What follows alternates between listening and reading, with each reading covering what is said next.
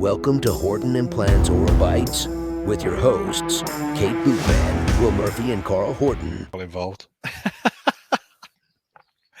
Hey, There we nice. go. Back on the vodka. Oh, excellent, mate. Got to keep the standards, haven't we? A whole half pint. Oh, you better introduce us then. Oh, yeah. Hello, evening. We're one Evening down. Again, she's not on Will. holiday. Well, that's Will, depending Is on she where. on holiday? Is she on holiday Probably, again? yeah. Probably. It's all right for some, isn't it? Slackers. Yeah. How you been anyway, mate? You been all right? Yeah, good. Yeah. You recovered from last Friday's webinar? Yeah, that was good, wasn't it? I don't say much. I just sit there and just think I'll have whatever he's having. Half of whatever he's having. Half of whatever he's having. That'll do me very nicely. That's a proper Friday night, isn't it? Get that going. Good on him. Great stuff. Yeah, really brilliant. good. Say it as it is. So, yeah, no, that was good. I was up early on the Saturday, Right. in my ambassadorial role. Yeah. How did it go? Yeah, good. Yeah, I went up to Liverpool to try out the new Prime Taper, I believe it's called. Yeah. From Dentsply. Yeah, well, I'd say yeah. I don't know actually, but yeah. Yeah, I mean, basically, they're it's Astra EV, but you know they're getting in on the tapered immediacy game, aren't they? I guess you know everybody's into that, so they probably thought we might as well have one as well. So it's like the Astra EV, which I use quite a lot of in Harpenden. With a few little tweaks, obviously. Pretty similar drill protocol. I think they've taken out the little step design on the drills, which is a bit of a shame. I quite like those. You know, when you go from one to the next and you've got the little narrow bit at the end. For those who don't do this sort of thing. It just helps sort of guide you into the last size osteotomy as you go up a size. So, yeah, similar sort of drill protocol. They've taken out the profile drill, so and all you do is you use the next size up to about 4 millimeters to create your profile. Yeah, so that kind of eliminates a burr. I guess, to be honest, you could probably just have the old profile burrs from your old kit if that's what you're into. And then it's got the usual design features that you see on these sort of implants. So you've got a sort of condensing middle section and a sort of cutting apical section, really. So yeah, it looks nice. Quite a long sort of flute all the way down the middle for for the debris, which is quite a clever idea. I know a lot of implants have that, but it's a pretty sizable one. So yeah, so that looked so it looked pretty good. A few nice designs. The old carrier was pretty loose actually, and I think even you know, Michael Norton would admit that it was pretty, you know, not a little bit hairy sometimes when you're carrying your implant on the carrier upside down with one hand underneath it. Exactly, that is exactly and you'd go ready, whoop. Yeah, got it. Whew. So there was a little bit of that, you know. So now they've got a nice little sort of clip thing, so you get a nice reassuring click, a bit like the add-ins, you know, when you sort of click them in, before the O-rings wear out. So so there you go. That's kind of, you know, they've sort of smartened up a few of the bits from the EV system. Yeah, it looks pretty nice. So I think I'm getting sent a few, so watch this space. Well, and this is for multiple, single, both. I think it's for everything, really. Yeah. I didn't see. Well, they very kindly gave me a kit. Thank you very much. I haven't seen any Astra branding on it, so I think it's probably just going to fall under the Dentsply umbrella, unless I've missed something. So internal connection is the same. Yeah, everything's the same. So you can use all your prosthetic parts. Yeah. So yeah, it should sort of fit in quite seamlessly with, you know, everything you do. So you can use all your same drivers and healing abutments and all that sort of stuff. Nice. Yeah. So yeah, it did look. And is it I mean, maybe you can't say, but is there a big additional cost for it, or is it sort of coming in at a similar price bracket? I think it's a similar price bracket, Good. and I suspect it'll obviously depend on how many you use and all that kind of thing. Yeah. It can all be a little bit cloak and dagger with implant companies about Can't it just what they charge for who. But I guess the principle is, if you're using many, then they'll give you the deal, won't they? That's pretty much how it works. Yeah. So yeah, looking forward to giving it a go and maybe try a few sort of immediates. I mean, the two speakers were Michael Norton and Martin Wannendayer. So Lovely. Yeah. The shining lights of Dentsply. So they had a few cases which were, as ever, pretty amazing. Did you ask Michael to come and join us on this? I know Martin's been on. I didn't yet. Yeah, we need to sort of tick the other box, don't we? Yeah, get him. I mean, we could spare the time for him, I guess. I guess. Yeah, we might as well. Yeah, we'll give him a chance. Then. Yeah, tell him a few things. He could do with the publicity. Not many people know what he does. A bit like Martin, really. I know he was Martin. On here first. Yeah, exactly. before he became renowned. For we get the big names. The big names are on here. So so there you go. That was that excellent Saturday, mate. And the rest of the week has been going through the usual implanty stuff. How about you? Yeah, I mean, today was a lovely day. It was over with Kirsty Robinson, and she was she had 3 cases on the bounce mentoring. So fair play to her, because I mean, it can be tiring, can't it? Really, when you first start doing implants, the focus that that because you're sort of really having to focus about absolutely everything that's going on.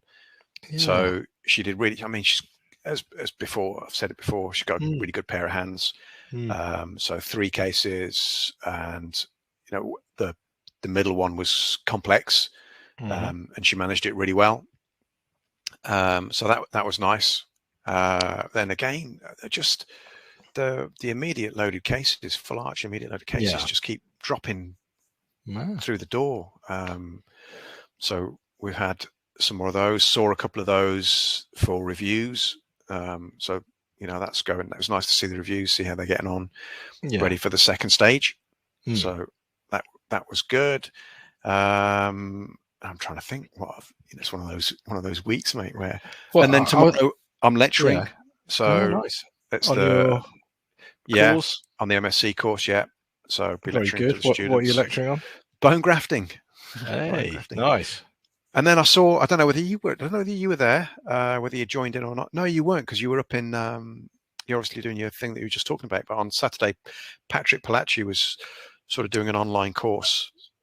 Yes. Well, I'm signed up for it, but because I think you can still hook in after the event. So, how was that? Was that good? It was good. I missed the beginning, so I came in probably about 3/4 of the way through, and really interested. I mean, some of the things that he was talking about, because he's kind of. We talked a little bit about this last time about the soft tissues and managing the soft tissues, and obviously, from a soft tissue point of view, that's kind of what he's been known for. Really, is how to get those all looking really nice.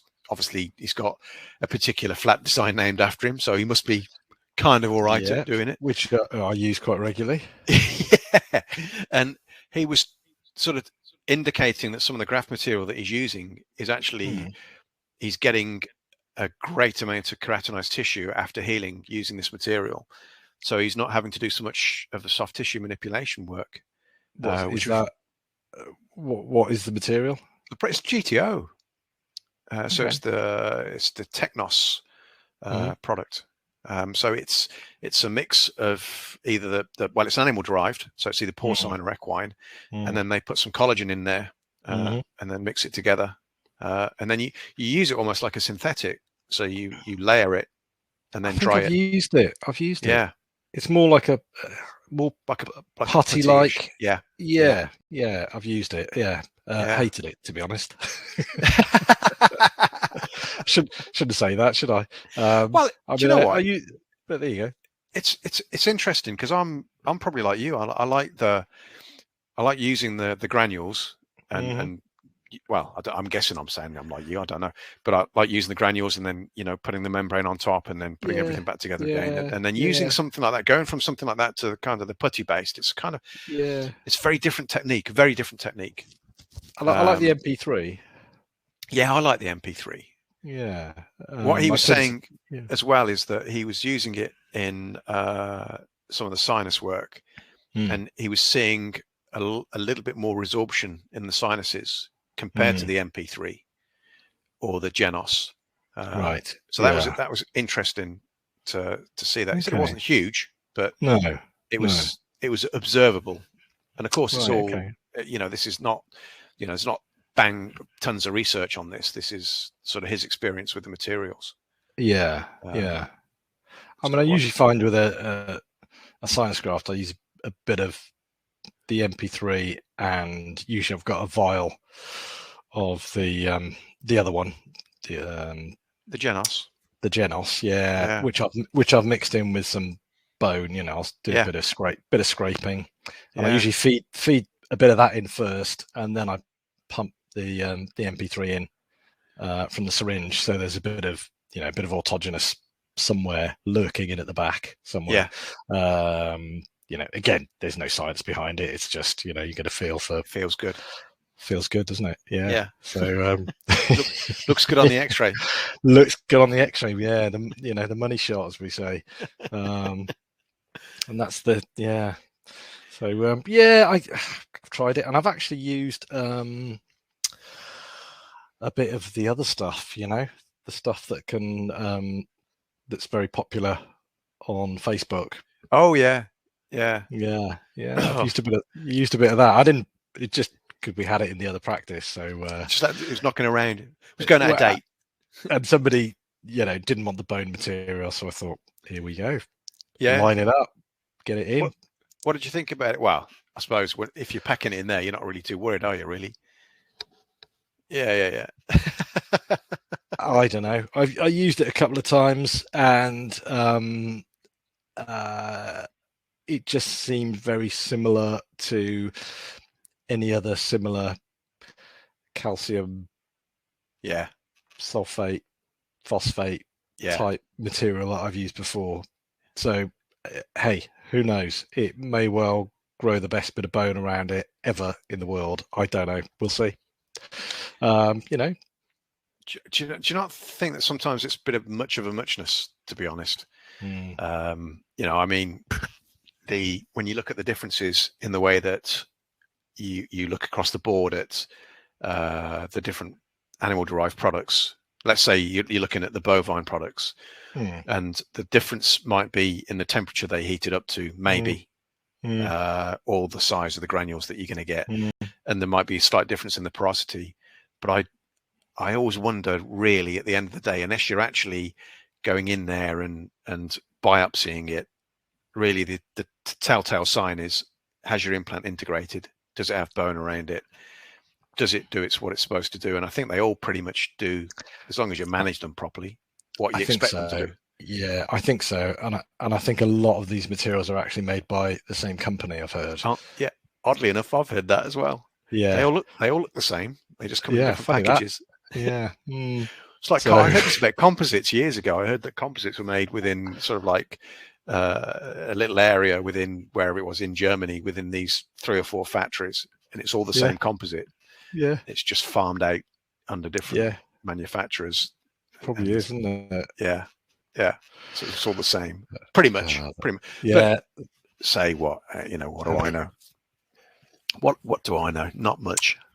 Well, here's the thing I was thinking, because I've had a few things today. I know you like your full arches, and I do like my full arches, but I like the the initial hit. I like the surgery and the fitting, the immediate thing. After that, it's kind of, it becomes hard work for me. Yeah. Do you know what I mean? Like again, I've had a couple of, actually not a couple, but the last one last week. It's probably an hour of my time trying in the passivity jig, sectioning it, picking it up again, another appointment. Now you must get a bit of that, especially if you're traveling around. So, and then it's kind of like, well, I'm not going to see you for another 2 weeks, and then we're going to have a try-in, and then we're going to have check that model's all right, and the try-in is a little bit off, and there's a bit of a cant on it, and we need to adjust that, so we need a retry. Is there a way to get around this thing? And if you're not Evo Dental, it's it's just the thing I'm finding. 100% agree with you, and I think there are a few things. I think because you and I kind of travel a bit, and I think that makes it much easier, I think, for us when we're placing the implants come to the restorative side, because placing the implants, you don't put half the implant in and then come back and put the rest of the implant in at a later stage. You don't have to wait. You either graft, wait, or put the implant in, graft, or just put the implant in, and then that's it. And you might expose, depending on who's doing your restoration, you might expose for them and just check that everything's okay. Or if you've got somebody that's a bit more competent, they might be happy exposing and just switching the cover screw for a healing abutment if that's what has been arranged. And I agree with you. I think that's a fairly, I don't know, I enjoy that side of it. I quite like putting the implants in. But when it comes to the restorative side, there are certain expectations that come into play that are very different. The dynamics change. And I think that the visits, so it doesn't matter how many times I will say to people, and you know who you are, next time I see you, we're going to be indexing and checking the implants and indexing. And then after that, if everything goes well, we might be fitting the crown. And am I getting my tooth today? Is it? Yeah. Have you got the teeth? Is it already? Yeah. No. It's not. No. I've discussed that with you at consultation. I've discussed it with you when I was placing the implant. It's in your treatment plan. Yeah. And you had a phone call as well from the staff. But you know what? I kind of get it. It's the excitement, isn't it? So it kind of, people sometimes you don't hear what is being said. You're just looking forward to the tooth. But I've had a couple of cases, exactly what you're talking about, where we've done some conventional sort of large span bridge work, and putting the implants in was lovely. It was really nice. It was challenging. I really enjoyed that aspect of it. Came back, everything had integrated nicely, got the abutments on, and then we went through the process of waiting for the jig. That came back exactly what you said. It didn't fit. It wasn't passive. So we had a particular material that we were using that Dental Excellence had provided us with, this one that snapped if there was a bit of stress. So as you talked in the jig, it cracks quite easily when there isn't that passivity. So again, we glued that back, sent it back, came back. There was still an issue. So we redid it, sent it back, came back, and then it's trying, obviously occlusion, check that. Patient wasn't quite happy with that, which is fine. That's okay. Sent it back, and then it's a retry. And of course, I'm there maybe once a month. so the implants had gone in, that sort of 12-week window. This took longer than that. Yeah. In the end. And then sometimes there's issues after you fitted the bridge. Unfortunately, sometimes these more complex arches, you might get a tooth ping off or a fracture, or there might be some air leakage and all sorts. There's all sorts of different dynamics that you have to. So I'm really happy for any prosthodontists out there that want to do it. Please do. Or come and tell us how it's done. I mean, I try and sort of preempt the stages a little bit by having a sort of wax try-in ready. So having a jig made off the initial impression from the surgery day, and then I will do a bite reg on the wax try-in, and then almost like a wash with Improgum inside the denture on top of the multi-base abutments. Do you know what I mean? Just kind of like try and get ahead of the game. Try and sort of shorten that. Yeah. Not that it always works, but I think it works, but I think even when you do that, what we're talking about there. It's not a shortcut, is it? It's just reducing the amount of time the patient has to have between the appointments, and it works. It's just for us chairside, it's a lot more work. So rather than doing it sort of simple stage by simple stage by simple stage, we add a bit more complexity to it from our side of it, to kind of reduce the amount of time that somebody has to wait for the restoration. And that's okay, but it's more of a challenge for us, I think. Even there's just a bit more to it. It's not sort of, okay, I'm going to try the jig in I'm going to index and then try the jig in. What I'm going to do. So for instance, what I've done is put the implants in, put the soft tissues back, and then done a scan with the scan bodies on, taken the scan bodies off, put the cover screws on, and then the lab can then give me the jig, which we can try in, which hopefully will be fine. Fingers crossed all the implants integrate. That's the yeah.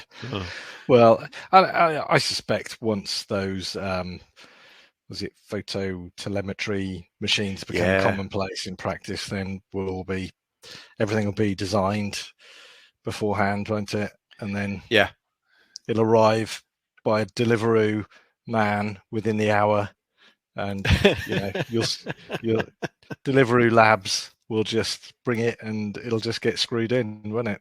Yeah, that'd be great. I mean, and then we'll moan that it's taken the skill out of it, won't we? We'll never be happy. You're probably right. Yeah. Oh, in our day, you have to earn your stripes. Now it's all done for you. Do you know, it is a little bit like that, isn't it? I mean, I remember when we qualified, and the people I was working with going, "Oh, you guys, it was great when I was younger. When we qualified, we didn't have to do all this and that." And I remember being that person when I was doing the general dentistry and talking to some of the students when I was teaching. Oh, well, when I qualified, we had it far easier than you did. Of course, what you qualify into and what you go into is you don't know any different. You just hear these old people telling you how good the good old days were. The good old days. Yeah. However, have you noticed that the dental school's gone? The old dental hospital? Yeah. It's all gone. It's rubble. It is rubble, isn't it? Yeah. I drove past it. I don't even know when, a couple of weeks ago. And I didn't know. I don't know. Well, maybe I did it. But, that was it. Gone. It's gone. I didn't shed a tear. Maybe I should have done. But... all the memories are there, mate. All the happy memories. Well, until the Alzheimer's kicks in. Yeah. All the alcohol's just wiped out many of them anyway. Well, we had a bit of because we've got a WhatsApp group for our year, and that had come up. Somebody had taken a picture of it, and there was lots of memories of Mr. Darby down in the basement with handing out those little wooden, you might not have had those, the little wooden boxes with all the instruments. Yeah, with your glass slab. Your little glass slab. Your little wax knife, and then all your instruments. Ash cut, all your instruments. You had to kind of, you went downstairs, picked your box up, and then you had to kind of go, get it checked somewhere else. Was it Helver that checked it out? Somebody checked through all the instruments. You had to, once a year, you had to have the instrument box checked. Yeah. So somebody on clinic would check through. One of the nurses, I think it was, would look through. It might have been Lisa in my case, checking through and making sure that everything was there. And if there was anything missing, because you'd lent it your mate, and you hadn't got it back, somebody had nicked it, you'd left it in the common room. Yeah, and you had to Someone was like, "Oh, Ash Carver, I'll have one of those. I'll have one of them. I'll have one of them. Thanks very much." In the old skyrocket. Yeah, nobody notices. Oh, those are the days, eh? Before cross-infection. I'm not saying anything about Dalbeer. What have you got, mate? What have you got? I could do with an amalgam carrier if you got one of them. Yeah, I'll sort it. Yeah. He knows people. He can get it sorted. I brought my first car off him. Yeah, that's a different story. That is. I bet it is. I think he missed. Folklore has it that he missed one of his BDSs because he was out buying a second-hand car from somewhere. We went go-karting, and Emma was there, Dalby was there, and I think Giles and a few of us, Dominic, and I can't remember who had organised. It could have been Dominic actually, but so we were out at some place go-karting somewhere, and the guy said, "Look, if you wear glasses, then and if you wear contact lenses, put your hand up." So Dalby has got his glasses on, and he puts his hand up, and the bloke says, "Well, I know you've got glasses on, so you don't need to put your hand up." And he goes, "No, I wear both."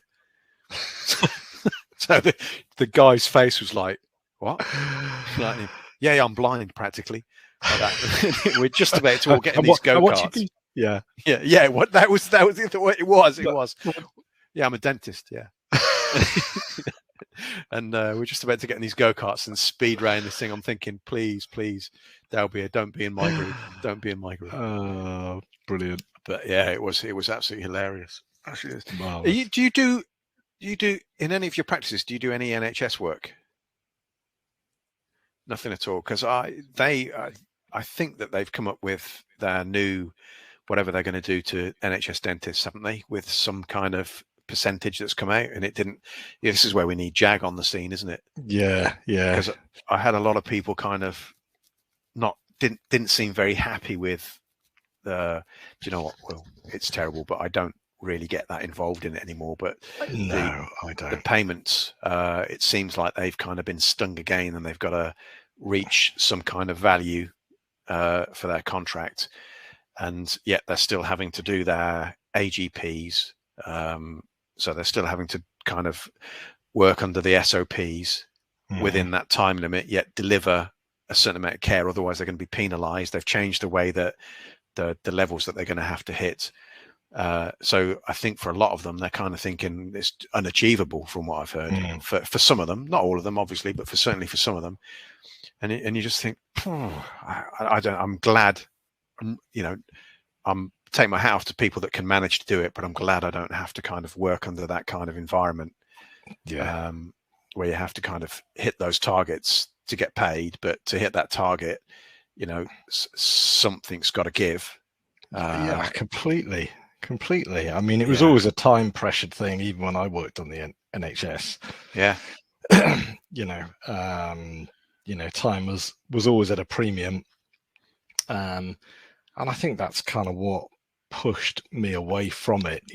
The system itself just didn't sit right with me in terms of, what you'd have to do in terms of dentistry, and you do your best, and I think then, going on Tipton courses in the 90s and all that sort of stuff, you just think, well, this is the way to do it. So so I think I relinquished my contract in 2006. Had a couple of years working in the QE, so I guess that was NHS in the the mid 10 to 20s of the so that's been about it really in terms of general practice. I just look and think, whoa. So you were there when I was there then? The QE slide. Oh no, of course QE, mate. Sorry, I was thinking dental hospital. QE. No, I went to the QE. I'd be at the QE for different reasons. No, I was just there being the wisdom tooth monkey, in a little back room, taking out whizzies. But good experience, mate. Great, loved it. Yeah, really good. And actually, I do a reasonable number now. I seem to get a lot of referrals. Yeah.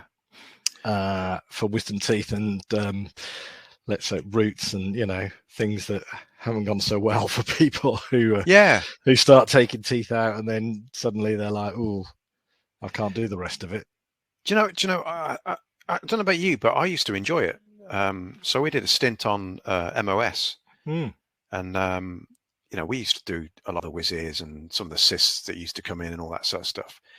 And I think you either enjoy it, like some people enjoy endo, some people enjoy dentures and all that sort of stuff, or you don't. So it's almost, people might say it's like Marmite. But I really used to like that. I mean, I don't do it anymore, but I found it really enjoyable. Some. I mean, one of my experiences, we did a stint over at Russell's Hall, and we'd doing a couple of them under GA, which maybe is what you were doing at the QE. No, it was it local? So it's MOS sort of stuff. Yeah, MOS, yeah. And the guy over there, when I was doing that stint, he had a wicked sense of humor, which I hadn't really realized, because, you know, we'd gone in first day, and he said, right, what I'll do is I'll work on this side, right hand side, you work on the left hand side, you just copy what I'm doing. And so he puts his music on, and he gets the chisel out after he's lifted the flap, and he said, yours is identical, you just do exactly the same. So he gets the chisel, like, sections the tooth, lifts the two parts of the tooth out like that. And I'm thinking, oh yeah, okay, fair play. So I cut the flap, and he's going, yeah, that's it. Get the chisel. Yeah, that's about there. He goes, give it a good whack. So I go like that. And he goes, oh my God. Of course, I'm like that with a chisel. Absolutely crapped myself. Like that. And he goes, no, I'm just joking, mate. Go on, you're doing fine. I thought, you bastard. Chisels, bloody hell. Yeah, do you remember those days? God, yeah. No. Oh, no. No. It seems barbaric, doesn't it, now?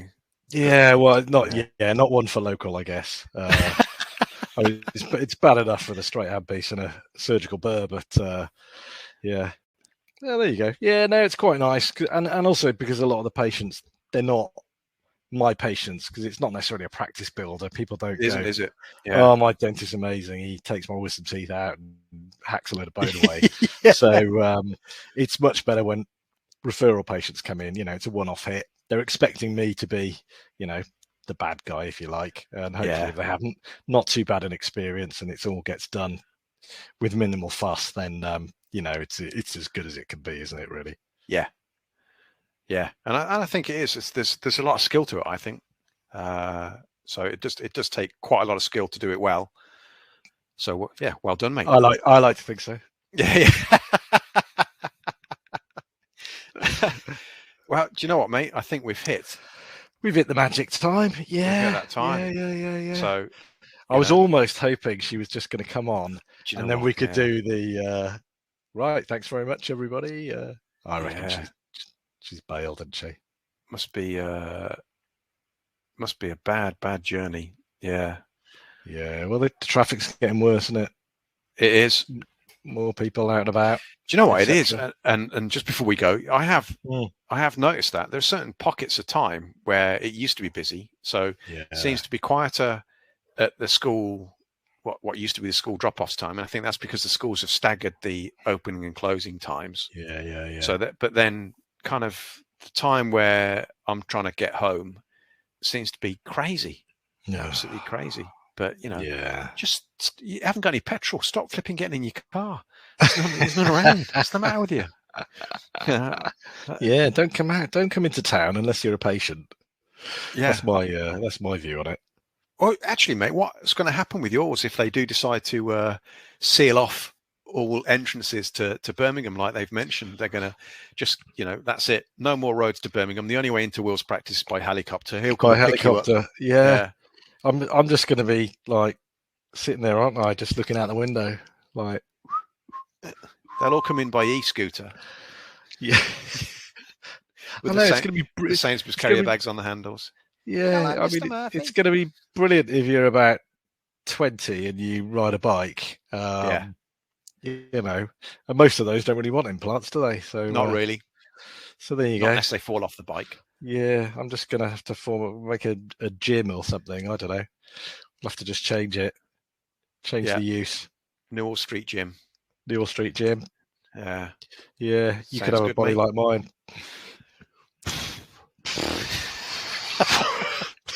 Best not think about it. No. Well, mate. And on that bombshell. Yeah. Thank you very much. Good to speak to you, and good night, everybody. Good night, everyone. Have a nice weekend. Have a nice weekend. Take it easy.